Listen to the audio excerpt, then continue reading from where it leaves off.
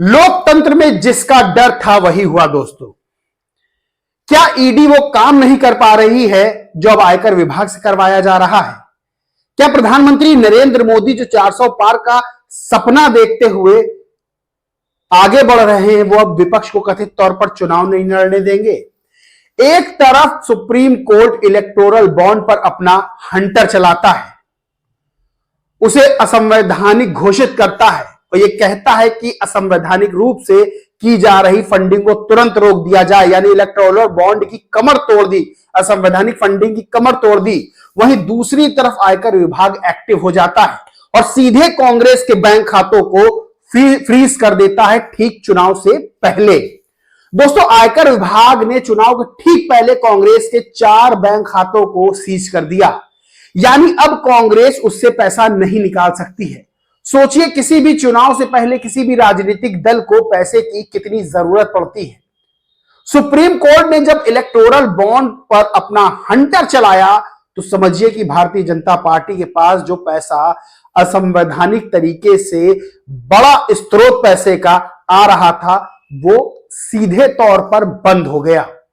इस फैसले का विपक्ष ने दिल खोलकर स्वागत किया, लेकिन वही अब कांग्रेस पर आयकर विभाग ने कार्रवाई कर दी है और ठीक चुनाव के पहले, ठीक लोकसभा चुनाव के पहले 4 बैंक खातों को कांग्रेस के सीज कर दिया गया है। कांग्रेस नेता और कांग्रेस के कोषाध्यक्ष अजय माकन ने बताया कि आयकर विभाग ने उनकी पार्टी के बैंक खातों को फ्रीज कर दिया है। युवा कांग्रेस का बैंक खाता भी फ्रीज किया गया है। माकन ने कहा है, फिलहाल हमारे पास खर्च करने के लिए, बिजली का बिल भरने के लिए, अपने कर्मचारियों को वेतन देने के लिए पैसे नहीं है। यानी सोचिए क्या स्थिति कर दी गई है, एक सीधे बैंक अकाउंट बंद करके। सब कुछ प्रभावित हो रहा है, अजय माकन ने कहा। ना सिर्फ न्याय यात्रा बल्कि सभी राजनीतिक गतिविधियां प्रभावित हो रही हैं। आयकर विभाग ने 210 करोड़ रुपए की रिकवरी के आदेश दिए हैं। हालांकि आईटी ट्रिब्यून ने बुधवार तक खातों से फ्रीज हटा दिया है। अजय माकन ने कहा कि सुबह सुबह एक बहुत ही चिंताजनक और निराशाजनक खबर मिली। आपको जानकर आश्चर्य और दुख होगा कि हिंदुस्तान के अंदर लोकतंत्र पूरी तरह खत्म हो गया है। ताला बंदी कर दी गई है। 2 दिन पहले यह जानकारी मिली कि हम लोग जो चेक जारी कर रहे हैं उसे बैंक से क्लियरेंस ही नहीं मिल पा रहा है। हमने जांच की तो पता चला कि देश की मुख्य विपक्षी पार्टी के सभी बैंक खाते फ्रीज कर दिए गए हैं। कांग्रेस के अकाउंट पर तालाबंदी कर दी गई है।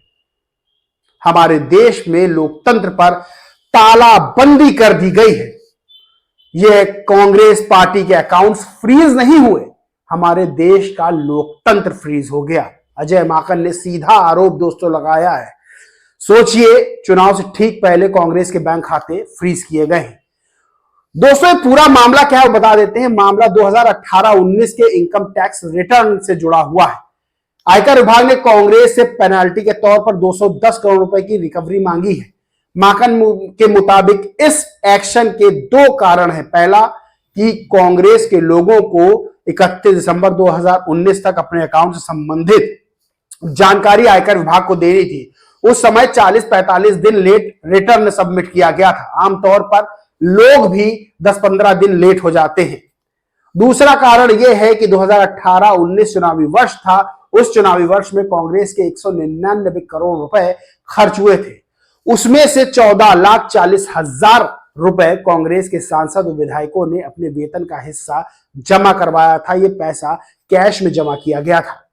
कैश में पैसा आने की वजह से आयकर विभाग ने कांग्रेस पर 210 करोड़ रुपए की पेनाल्टी लगा दी है। सोचिए, 210 करोड़ रुपए की पेनाल्टी ठोकी है। दोस्तों, आयकर विभाग की कांग्रेस पर इस कार्रवाई के बाद अब कांग्रेस बीजेपी सरकार पर पूरी तरह से हमलावर हो गई है। राहुल गांधी ने कहा कि डरो मत मोदी जी, कांग्रेस धन की ताकत नहीं बल्कि जन की ताकत का नाम है। ना कभी झुके हैं ना कभी झुकेंगे। भारत के लोकतंत्र की रक्षा के लिए हर कांग्रेस कार्यकर्ता जी जान से लड़ेगा। वहीं कांग्रेस के अध्यक्ष मल्लिकार्जुन खड़गे ने भी एक्स पर पोस्ट करते हुए भारतीय जनता पार्टी और मोदी सरकार पर निशाना साधा है। उन्होंने कहा कि सत्ता के नशे में चूर मोदी सरकार ने लोकसभा चुनाव के ठीक पहले देश की सबसे बड़ी विपक्षी पार्टी भारतीय राष्ट्रीय कांग्रेस के खाते फ्रीज कर दिए हैं। ये लोकतंत्र पर गहरा आघात है। भाजपा ने जो असंवैधानिक धन इकट्ठा किया है उसका इस्तेमाल भी चुनाव में करेंगे, लेकिन हमने क्राउड फंडिंग के जरिए जो पैसा इकट्ठा किया, यानी चंदा लोगों से लेकर जो पैसा इकट्ठा किया, उसे सील कर दिया जाएगा। इसलिए हमने कहा कि भविष्य में कोई भी चुनाव नहीं होंगे। हम न्यायपालिका से अपील करते हैं कि इस देश में बहुदलीय प्रणाली को बचाएं और लोकतंत्र को सुरक्षित करें। यानी कांग्रेस ने न्यायपालिका से मांग की है कि इस मामले में हस्तक्षेप करें। दोस्तों, सवाल खड़ा होता है कि क्या राहुल गांधी की न्याय यात्रा से मोदी सरकार डर गई है?